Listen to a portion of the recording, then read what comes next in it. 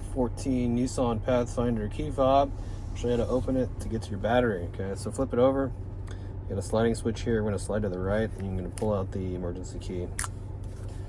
All right, you're going to need a flathead screwdriver now.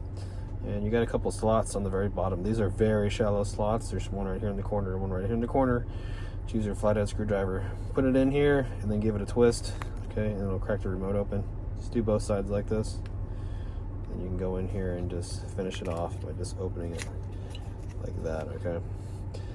The back side is holding your battery.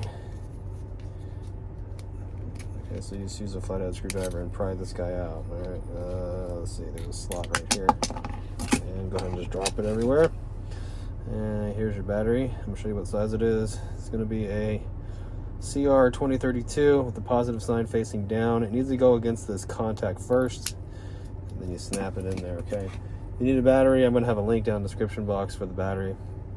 If you need to pick one up, so check that out. I'll have the battery size there too. So just get the two halves when you're good to go.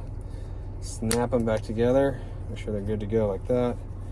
Emergency key back in, locks in, all done. Video was helpful. Really appreciate it if you hit the subscribe button for me.